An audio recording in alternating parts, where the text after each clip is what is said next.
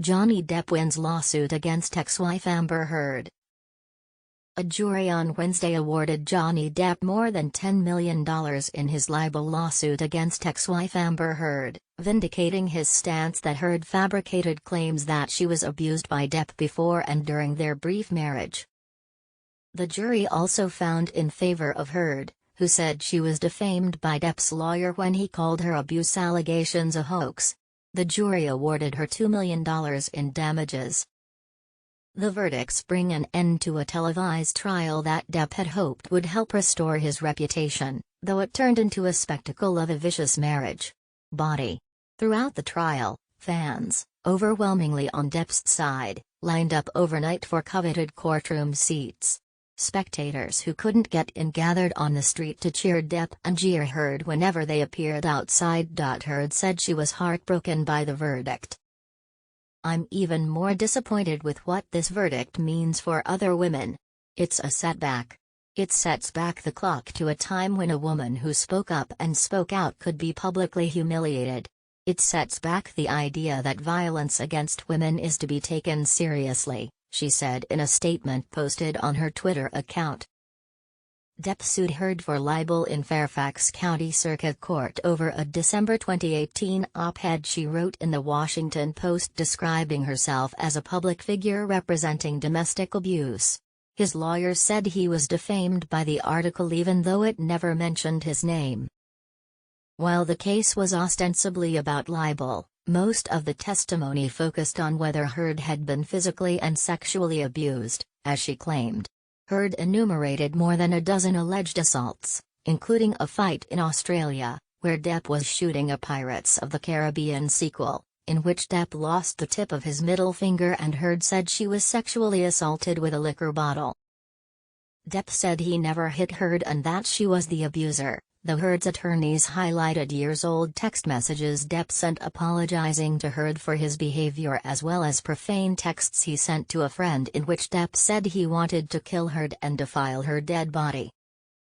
In some ways, the trial was a replay of a lawsuit Depp filed in the United Kingdom against a British tabloid after he was described as a wife-beater. The judge in that case ruled in the newspaper's favor after finding that Heard was telling the truth in her descriptions of abuse. In the Virginia case, Depp had to prove not only that he never assaulted Heard, but that Heard's article, which focused primarily on public policy related to domestic violence, defamed him. He also had to prove that Heard wrote the article with actual malice. And to claim damages he had to prove that her article caused the damage to his reputation as opposed to any number of articles before and after Heard's piece that detailed the allegations against him. Depp, in his final testimony to the jury, said the trial gave him a chance to clear his name in a way that the UK trial never allowed.